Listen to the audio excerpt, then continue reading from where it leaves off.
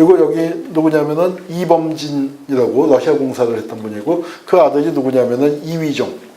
돌아오지 않는 밀사 있죠. 거기 가서 자 이상설 선생도 영어 못했습니다. 이준 선생도 영어 못했습니다. 그냥 좀 글이나 보는 거죠. 거기서 영어도 연설한 건 다 이위종이 했는데 그 이위종 이상이 이범진의 아들이에요. 근데 여기도 서울이었죠. 그래서 뭐 조선시대에 그 조선 후기에 보면은 아주 그 이름을 떨친 정치적으로 중요한 역할을 한 분들 중에 서울이 많았는데 이거는 그 뭐냐면은 서울들이 이미 상당히 높은 경지에 도달해 있다가 그러다가 조선 후기에 들어서 신분적 제약이 좀 철폐되면서 능력을 본격적으로 발휘하기 시작한 거지. 그때 제약이 풀리고 난 다음부터 그 출세했다 그렇게 보기는 어렵고요. 김가진 선생이나 이 안경수 선생이나 이분들이 한 중요한 역할은 뭐냐면 신분 제도를 없앤 게 갑오경쟁이잖아요. 갑오경쟁 때 군국기문처 그 평의원들입니다. 그러니까 뭐냐면 자기들의 신분을 정말 태어나서부터 이때 이제 갑오경쟁 할 때쯤이면 이분들이 40대 후반에서 50 정도 된 나이였는데 50 조금 안 된 그런 나이였는데 그때까지 평생의 삶에서 어떤 족쇄도 있었던 그 족쇄를 스스로 없애는 거에 도장을 꽝 찍은 그런 역할을 하신 겁니다. 네. 이제 이분이 그 글을 잘 이제 좀 시간이 너무 많이 갔겠네요. 네. 자, 개화파로서의 김가진을 보겠는데요. 요거는 이 자료의 성격을 조금 좀 왜냐하면 생각을 해봐야겠는데 이게 굉장히 중요한 논술문인데 과거 시험 답안지처럼 되어 있어요. 그래서 이게 실제 그때 과지였는지 아닌지는 제가 그 시절을 전공을 안 했기 때문에 잘 모르겠는데 여기다가 이제 뭐 썼냐면 본인, 아버지, 할아버지, 그 다음에 외할아버지를 쓰는 겁니다. 쓰는 거고, 그 다음에 여기 근봉이라고 해서 이 이름을 가리는 거죠. 그리고 이 답안지만 보고, 그러니까 옛날 조선시대 시험을 볼 때 누구 시험지인지 모르게 가리고서 이제 채점을 하는 건데, 그래야 공정하다고 해서. 그리고 여기 차상이라고 한 거는 상적이란 말이에요. 과거에서 장원이 있고 2등이 차상입니다. 그러니까 과거에 시험에 여러 과목이 있죠. 여러 과목 중에서 이게 이제 가령 시무책을 넣는 거. 왜냐면 관리를 뽑는 거니까 그 당시에 어떤 정책에 대해서 어떤 대안을 갖고 있느냐. 그런 걸 묻는 그 답안지 형식으로 돼 있어요. 그리고 저기 경이라고 돼 있는 건 이분이 거주지가 서울이다. 그러니까 저게 제목하고는 상관없이 아마 그런 뜻이었던 것 같은데, 그래서 이게 형식은 답안지인데 뭐 저도 이 시대의 전공이 아니라서 자세히는 모르겠습니다. 근데 이 내용을 보면은 이게 이제 개화파의 얘기를 쓴 거죠. 여기 이언이라는 책이 있습니다. 정관응이라는 중국 학자가 쓴 건데 그 이언의 내용을 상당히 축약해 놨다고나 할까요? 이제 그런 내용이 담겨 있습니다. 자, 이게 김가진 선생의 아마 최초의 사진. 젊은 개화파 관료일 때 이 사진이에요. 이분이 이건 이제 편복을 입고 있고 저기 책도 들고 있고 그랬죠. 근데 여기서 이건 누구냐면은 환재 박규수, 연암 박지원의 손자고, 그 손자고 개화파가 박규수의 사랑에서 모였다고 그러죠. 그리고 이게 환재집이라고 해서 박규수의 문집입니다. 그래서 개화파, 우리나라 개화사상이 북학에서 개화사상으로 이어진다. 실학에서 이어진다고 할 때 박지원이 북학파의 거두고, 그 다음에 그것이 그 손자인 박규수한테 이어졌고, 박규수가 그래서 이제 그걸 박규수의 사랑방에 모인 젊은이들, 예컨대 김옥균이라든가 박영효라든가 홍영식이라든가 서광범이라든가 이 사람들이 다 누굽니까? 갑신정변을 주도한 사람들이죠. 그래서 갑신정변이라는 게 이제 이렇게 했구나. 그리고 또 그 사랑에 같이 드나들었던 뭐 김윤식이라든가 김홍집이라든가 어윤중이라든가 또 김가진 선생도 있고, 이제 이런 분들이 나중에 갑원연화에서 10년 뒤인 갑원연화에서 온검개화파라고 이제 그렇게 분류를 하는데, 급진개화파와 온검개화파가 다 박규수의 사랑방에서 나왔다. 이제 이게 흔히 많이 하는 설명입니다. 그리고 이제 이분들이 여기 어디냐면은 이건 지금 헌법재판소예요. 그리고 이건 백송입니다. 흰소나무예요, 흰소나무. 근데 그 김 교수의 사랑방이 박 교수의 집에 바로 요 지금 그 헌법재판소 경내에 있었다고 하거든요. 그 북촌에. 그러니까 이제 그 요 백송나무 밑에 그 젊은이들이 많이 모였었다고 하는데 김가진의 자료를 정리하다가 정말 깜짝 놀랄 문건이 하나 나왔는데요. 그러니까 요게 이제 그 개화파들입니다. 요게 박용효, 서광범, 서재필, 김옥균이에요. 그러니까 이건 뭐냐면은 갑신정변의 3.1천하 아닙니까? 3.1천하가 끝나고 실패해서 일본으로 망명한 직후에 찍은 사진입니다. 그리고 김가진 선생이 나중에 일본에 공사로 가는데 일본 공사로 가서 굉장히 중요한 임무가 이 사람들 감시하는 거죠. 이 사람들 동향을 감시하는 게 또 그 중요한 임무였고요. 근데 이게 이제 뭐냐면은 제문인데 이완서 조연이라고 써 있습니다. 이조연이라고 김가진의 친구입니다. 김가진보다 나이는 3살 많아요. 이분도 서울입니다. 근데 이분이 서울 중에서 아마 벼슬 하는 데서 선두주자였고, 김가진이 벼슬 하자마자 고종의 측근으로 들어가게 되는 것도 이조연 덕분이었던 것 같아요. 근데 이조연이 그래서 명성황후의 총애를 받았고, 고종과 명성황후의 총애를 받아서 갑신정변 당시에 병권을 잡고 있었습니다. 그런데 그 갑신정변이 일어났을 때, 그러니까 여기 어디 갔나? 제 사진을 빠뜨렸네요. 그 뭐 다 아시겠지만 우정국, 조계사 옆에 우정국이라고 있잖아요. 거기서 이제 갑신정변이 일어나는 거거든요. 거기서 연회를 베푼다고 하면서 이제 벼슬 그 중요한 고관들을 초청해놓고 싹 살생부 들고 있다가 이제 들어온 사람들을 치는 겁니다. 그래서 거기서 살해당한 사람이 그 이조연이가 죽었고 윤태준이가 죽었고 한규직이 죽었습니다. 그래서 그 사람들은 대개 역사책에서 어떻게 나왔냐면 수구파로 나왔죠. 수구파. 그래서 이조연 하면은 수구파로 알려져 있었습니다. 그냥 그런데 여기 보면은 아주 깜짝 놀랄 만한 내용이 나오는데, 이 조문에 보면은 이조연이 환제로부터 친전 의발을 전수받았다 하는 얘기 있죠. 옛날 높은 고승이 죽을 때 도를 전해준다는 뜻으로 자기가 입던 장삼, 이 가사하고 그다음에 이 목탁, 밥그릇 그런 것들을 전해줬다. 이게 도의 맥이 이어졌다 하는 얘기인데, 그 의반을 전수받았다는 얘기를 환제가, 박규수가 이조연에게 의반을 전수했다는 얘기를 당대의 사료로서, 그리고 이분은 김가진이라는 분이 개화파 우리나라에서 그냥 뭐 갑신정변 주역 그 사람들 빼고 그 다음에 뭐 육일준, 김홍집 그 다음으로 쳐야 할 분이거든요. 그러니까 개화파 10명을 꼽을 때 10손가락 안에 드는, 반드시 꼽아야 할 분인데, 그 당시 사정에 가장 정통한 분이 남긴 문건이에요.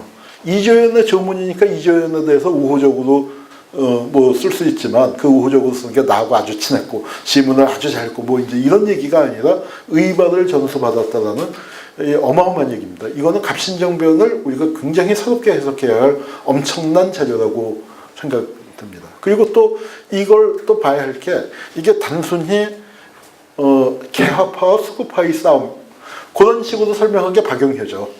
박용효나 서재필 당사자들. 그런데 사실 따지고 보면 꼭 그렇지만은 않은 게, 그때 죽은 윤태준이라고 또 있는데요.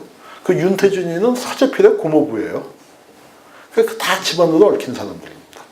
집안으로 얽힌 사람들. 이제 그렇게 돼서 우리가 이 자료를 갖고 요거 이제 정말 갑신정변에 대한 깊이 있는 좀 그 재해석을 요구하는 그런 자료입니다. 이조연 글씨고요. 그 다음에 요거는 그 통리 김우암은 주사 선생안이라는 책이에요. 이게 지금 아마 그 서울역사박물관이 갖고 있어서 저도 요번에 이제 처음으로 구경을 했는데 굉장히 재미있는 자료입니다. 여기 그러니까 그 주사를 지낸 사람들의 이름이에요. 주사하면은 지금은 어때요? 하급 관료의 대명사죠. 뭐 장관 비판할 때 주사급 장관이다. 뭐 하는 식으로 주사하는데, 이때는 진짜로 문자 그대로 주사예요. 일을 주관하는 사람. 그래서 주사가 품계도 8, 9품에서부터 시작해서 3품까지 아주 폭이 넓었습니다. 그러니까 주사라는 게 주무관 이런 뜻으로서 그 넓었는데 여기 보면은 굉장히 그 뭐 재미있는 사람들 이름이 나와요. 뭐 한 명 한 명이 다 한말에 중요한 역할을 했는데 근데 그때 재미있는 게 뭐냐면 김가진은 이때 통일기마문 주사로 임명될 때요. 여기 보면은 아주 명문가 사람들, 아주 명문가에서 과거 급제를 한 사람들 이거나 아니면은 해외여행 경험이 아주 풍부한 사람들 그런 사람들인데 이때 김가진은 과거 급제도 하지 않았고 뭐 명문은 명문이지만 신분은 서얼이고 그리고 해외여행도 한 적이 없거든요. 그런데 여기 거의 아마 그런 배경으로서 유일하게 임명이 됐습니다. 그거 보면은 그 당시에 그러니까 비록 좀 출사가 늦긴 했지만 그 재주가 아마 널리 인정받았고 그런 세상 돌아가는 이치에 대해서는 김가진만한 사람이 없겠다. 근데 여기 보면은 이제 이름이 재밌는 사람들이 있어요. 여기 목인덕이라고 있고요. 뭐 몇 명을 제가 그 골라봤습니다. 골라봤는데 김가진 옆에는 그저 여기 박재순이 있고 또 민병석이 있고 그죠. 그래서 사진을 찾아봤는데 목인덕은 멜렌도르프 우리나라 해관 그 세관을 주관했던 멜렌도르프도 그때 주사로 임명됐었고 여긴 박재순은 을사조약 당시에 위부대신으로 을사 5족 중에 한 명이죠. 그리고 여기 민병석은 또 유명한 친일파이자 부호이고 왜 옛날에 대법원장 오래 지낸 민복기 있죠. 민복기가 그 아들입니다. 그래서 이제 그런 사람들 하고 있었고 자, 시간이 많이 가서 김가진한테서 우리가 꼽아야 할 게 외교관입니다. 우리나라 최초의 본격적인 외교관 공관장이에요. 자, 이게 이제 조선이 외교를 한다. 이게 지금 우리 감각하고 틀린 겁니다. 우리 조선과 청나라의 관계가 우리가 생각하는 것 같지 않았어요. 그 조공이라는 질서가. 그러니까 좀 뭐랄까요. 청나라가 생각할 때는 조선이 무슨 괌이나 뭐 푸에르토리코처럼 미국의 미국령, 중국령 그 안에 한 지방. 그러니까 뭐예요? 어째 외교란 게 없는 거죠. 외교는 중국을 통해서 하는 거다. 그래서 병자 수호주교의 거기 독립이라는 얘기는 중국으로부터의 독립. 근데 우리가 할 때는 중국을 그냥 큰 우산처럼 생각을 하지 우리는 독립국이라고 생각을 해야 합니다. 그건 이제 감각의 차이가 있습니다. 그 어려운 시절이에요. 이것도 아주 재밌는 장면인데요. 미국 신문에 실린 거예요. 그러니까 우리 외교관이 미국에 갔는데 가서 어떻게 하냐. 미국 대통령은 이제 하워드 유드하고 악수하려고 하는데 우리가 큰 절을 올리니까 많이 당황하셨어요. 미국 대통령이. 이제 이런 시절입니다. 이런 시절에 그 이제 최초의 외교관으로서 나가서 이제 합니다.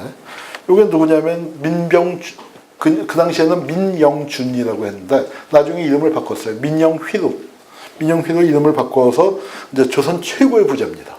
휘문학교가 그 이제 민영휘가 세운 거고 그래서 당대 최고의 부자인데 이제 이 양반이 처음에 초대 공사로 임명이 되고 그 김가진이 이제 참찬관으로 가는 건데 사실은 여기는 임명장만 제출하고 돌아와 버리고 실제 공관을 운영했던 건 김가진입니다.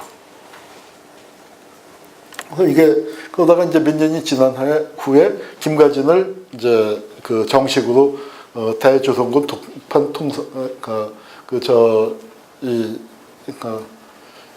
정식으로 공사로 임명한다 하는 건데 이 자료는 일본 외무성 사료관에서 일본 외교 사료관에서 아마 이번에 그 발굴한 자료 같아요.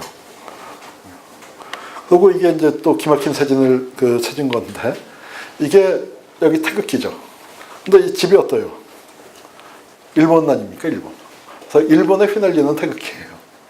그러니까 태극기 아마 최초로 휘날렸던 건 박영효가 수신사로 건너갔을 때 그때였다고 그러고 그 다음에 이제 여기서 상주 공관장으로서 이 공관을 마련하고 여기 보이지는 않지만 대조선국 그 공사관 그거를 이제 이분이 금빛으로 써서 이제 크게 붙였다고 하고 그리고 아주 높은 국기 계양들 해서 깃대를 꽂았습니다.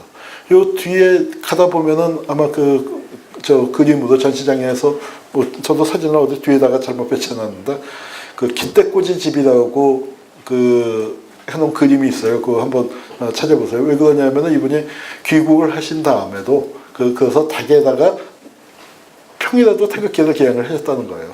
그러니까 아마 이제 이런 감각이 있었기 때문에 그래서 그러니까 동네에서 사직동인데 저도 어렸을 때 사직동에서 나서 자랐는데 그 일대에 기대꼬지 집이라고 불렀다고 합니다.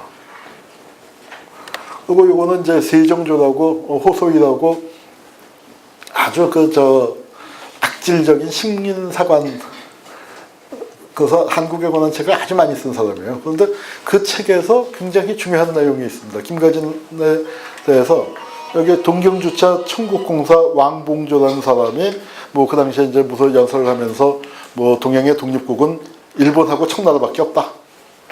그럼 뭐예요? 조선은 독립국이 아니라 중국의 속국이라는 얘기죠. 뭐 그리고 이때는 아직 청일전쟁 하기 전입니다. 그러니까 중국이 조선에 대해서 배타적인 지배권을 행사하고 있을 때. 그리고 조선 국내에는 누가 와 있어요? 이모군란 이후에 원세기가 와갖고 원세기가 그때 28살 때 와서 조선을 좌지우지하고 있었잖아요. 이제 그런 상황인데 이제 청나라로 간 거예요. 청나라로 가서 이 김가진의 가장 중요한 임무 그리고 김가진이 고군분투했던 건 뭐냐면 조선이 독립국이다. 그리고 나는 조선 국왕의 명을 받아서 나온 외교관이다. 이제 그걸 증명하기 위해서 노력을 했는데 청나라가 아시아의 최고 강국인데 청나라 공사가 와서 동양의 독립국은 일본하고 청나라밖에 없다 했더니 분격해서 자리에서 벌떡 일어나서 연단으로 올라가서 비분강계해서 절규했다는 거예요. 한국이 독립군이다. 옛날부터 독립군이었다.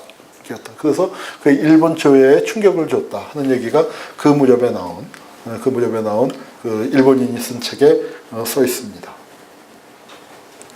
그리고 이것도 이제 재밌는 건데 뭐냐면 이게 우리나라 최초의 암호예요.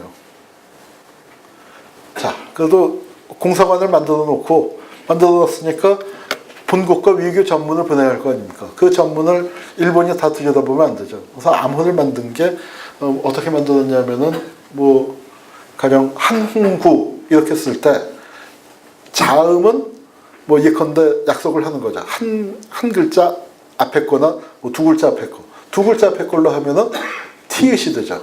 그리고 모음은 두 글자 뒤에 거. 그러면은 티읕, 아, 야, 어 하니까 터가 되는 거죠. 터가 되고 니은 대신에 그러면은 두 글자 앞이면은 기억하다가 히읗이 되니까 히읗. 그런데 그걸 한글 아는 사람은 그걸 이제 짜맞춰서 하면 이건 한이고. 그런 식으로 이제 바꿔가는 거를 이제 두 개 앞으로 하는 법, 하나 앞으로 하는 법. 이제 조합은 여러 가지가 될 수 있죠. 그러니까 자음은 두 개, 모음은 하나. 뭐 이제 그런 식으로 약속을 정해갖고 이제 하는 암호입니다. 그래서 최초의 암호를 이분이 공관 책임자도 있을 때 이렇게 만들어서 쓴 거고요. 요거는 또 뭐냐면은 상왈. 이제 그래서 글씨가 오랫동안 외국에 있으니까 이제 돌아오니까 어떠냐 하면서 묻는데 주로 일본의 사정에 대해서 고종이 묻는 겁니다. 그리고 거기에 답하는 거고요. 네. 그리고 자 이게 이제 그 당시에 서양 사람들의 조선판이죠. 아이고 더러워. 하수구도 없고 길에서 볼일 다 보고 뭐 이제 해서 서양 오리엔탈리즘이지만 이제 뭐 이렇게 나타났던 거고 이거는 또 프랑스 신문에 났었던 건데 신문물과 우리 전통이 만나는 아주 불편한 상황을 묘사해 놨습니다. 그러니까 차 타고 빵빵 다니까 뭐 사람이 그냥 놀래서 아주 허겁지겁 돼지도 뛰어가고 이제 이런 풍경이죠. 이런 시대에 서양을 상대로 외교를 한다는 게 쉽지 않았습니다. 그런데 거기에서 보면 이때 영국 사람인데 영국계 유태인인데 한국에 와서 책을 쓰고 왔어요. 그리고 이가 원래 화가 지망생이었습니다. 그래서 그림을 많이 그렸는데 김가진의 초상화를 그려놨어요. 김가진의 초상화를 그려놓고 김가진을 만나서 나눈 대화가 그 영어책으로 한 페이지 있습니다. 책은 여기 그 전시가 되어 있는데 그 뭐라고 했냐면 그 영어를 참 잘하더라. 영어를 언제 배웠냐 물어봤더니 얼마 되지 않았다. 얼마 되지 않았는데 이 물리를 깨쳐. 근데 옛날 한문을 한 분들이 영어를 잘했대요. 그 어순이 같고 그래서 이제 뭐 신채호 같은 분은 이렇게 배웠다죠. 아이는 에모보이라, 유는 알아거리라 이렇게 손을 나눠가면서 했지만 그 공부한 지 얼마 안 돼 갖고 책을 줄줄 그 이제 봤다고 하는데 여기서도 얘기할 때 그 굉장히 아주 인상 깊게 써놓은 게 자기가 외국을 다니면서 외교관들 많이 만나봤지만 이렇게 유능하고 명석한 외교관은 처음 본다. 뭐 하면서 모든 문제에 대해서 아주 자신 있게 얘기하고 뭐 그런데 이제 그러면서도 또 무슨 얘기를 하냐면은 그 이제 그러다가 이분이 이제 유머를 한 게 뭐냐면은 나는 내 목이 여기 지금 붙어 있는 게 참 기적이라고 생각해. 아직도 내 목이 내 머리가 목 위에 붙어 있는 게 기적이라고 생각해. 뭐 그 비슷하게. 그러니까 이게 이분이 굉장히 뭐랄까요 독특한 위치에 있었어요. 정치적으로 보면은 겉으로 보기에는 일본당 친일파라고 소리를 많이 들었습니다. 그런데 이제 이게 이완용이나 그런 친일파하고는 틀린 거죠. 왜냐하면은 그때는 일본이 아직 본격적으로 조선을 침략할 거라는 생각을 못하고 있을 때였고, 그리고 당연히 주일공사를 그 5년쯤 지내셨으니까 최고의 일본 전문가죠. 일본 전문가고 일본어에 능하고 일본 조회에 아는 사람들 많고. 그러니까 그런데 일본 측에서 볼 땐 뭐라고 써요? 저거 밖에서는 일본당인데 저거 일본당 아니다. 그리고 가령 뭐 예컨대 뭐 아무개가 추진하는 그 일은 절대로 허가해주지 말라. 뭐 일본 외교문서 보면 그렇게 나오고요. 청나라에서는 또 일본 측 입장에서 볼 때는 뭐라고 해요? 저거는 청나라가 추천을 해서 출세한 거다. 원세계하고 가깝다. 그런데 정작 일본에 가서 뭐예요?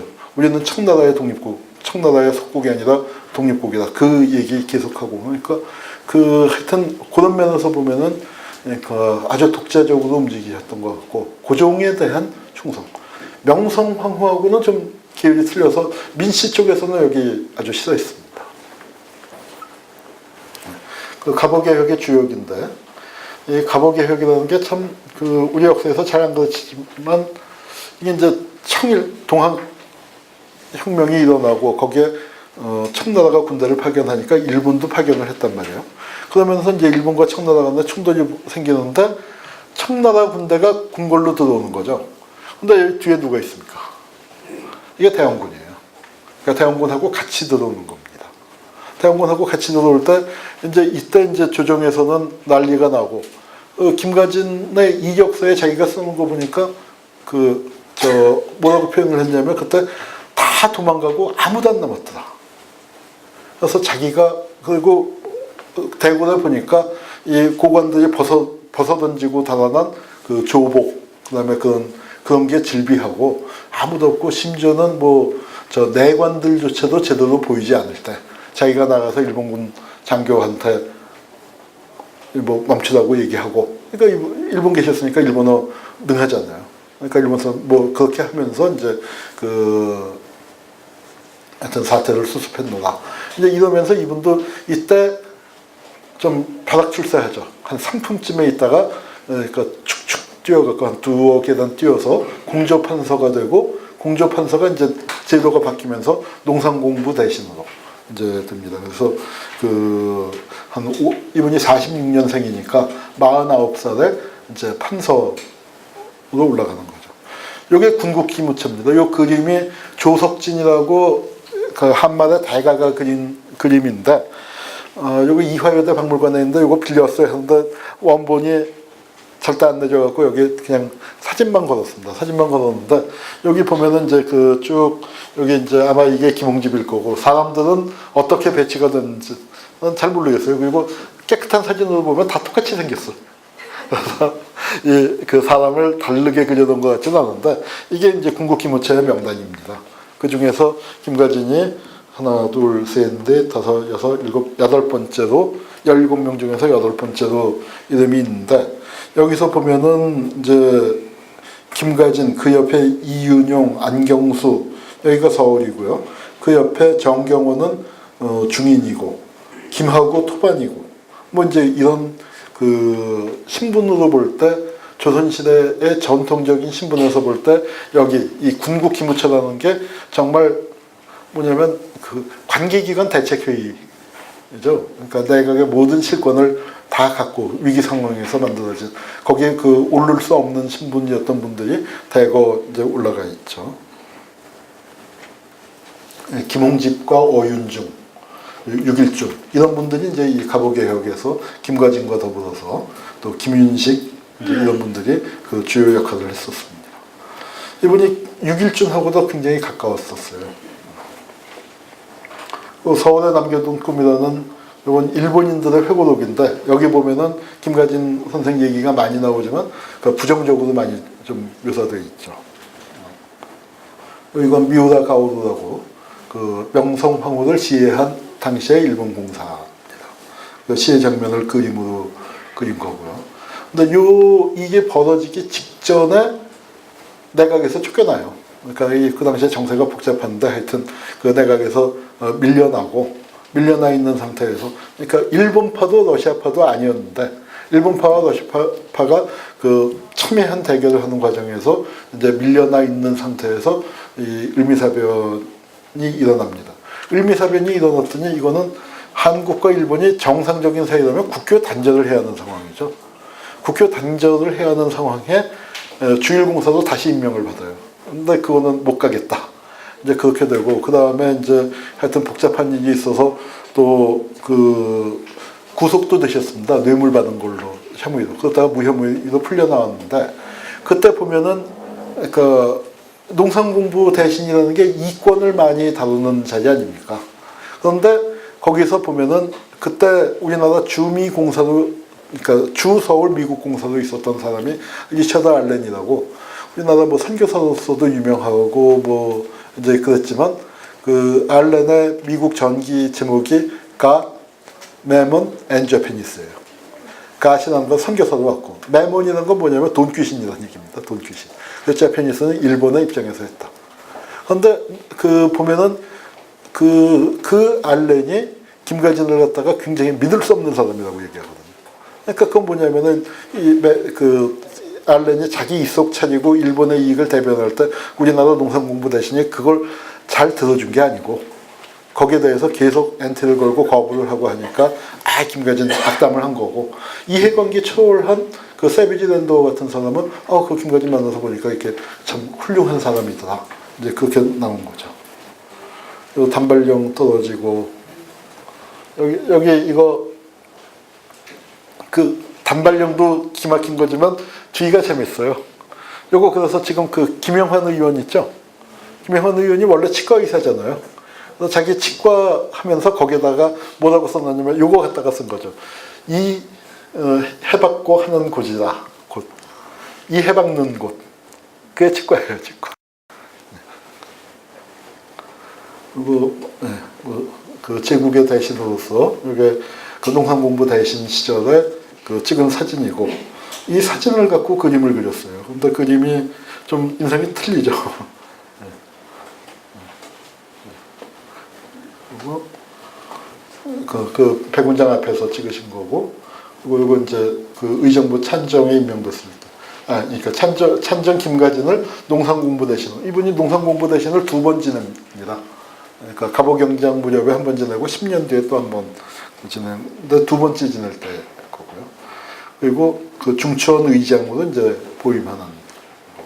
중추원이라는 건 이름은 중추죠. 중추. 그런데 실제 중추기관이 아닙니다.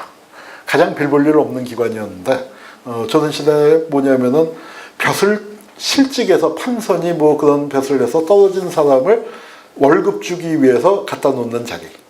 대기소 같은 거였어요. 그런데 이게 한말에 가면은 그 역할이 바뀌는데 뭐냐면 독립협회 같은 데서 의회 개설 운동 벌어지고 일본에서 의회 개설하고 하니까 이 중추원을 의회로 만들어 보자. 이제 그런 의회 비슷한 역할을 하자. 이제 그런 얘기가 있었던 거고요. 이분이 독립협회에서 주요 간부입니다. 독립협회 위원들 이름이 나올 때 이제 그 앞에 나오는데 예. 독립협회가 그 많이 한 게 그 중요하게 한 게 독립신문을 만들었고 그리고 독립문을 건설했죠. 독립문이라는 건 원래 영은문이라는 게 있었어요. 영은문이라는 게 영은 환영한다 할 때 영자고 은혜 은자입니다. 뭐냐면 중국 사신을 환영하는 문이에요. 그래서 중국 사신이 머물러 가는 곳이 모화관, 사모한다 해서 중환을 사모하는 곳. 그래서 모화관이 있었고 영원문 들어오면 바로 지금 독립공원 그 자리 거기 그 순국 열사 기념관을 만들어 놓은 데가 이제 모화관 자리였는데 그렇게 그래서 아마 4대주의의 상징이었는데 저걸 헐고 그 프랑스의 개선문의 모양을 본따서 독립문을 지었습니다. 그래서 독립문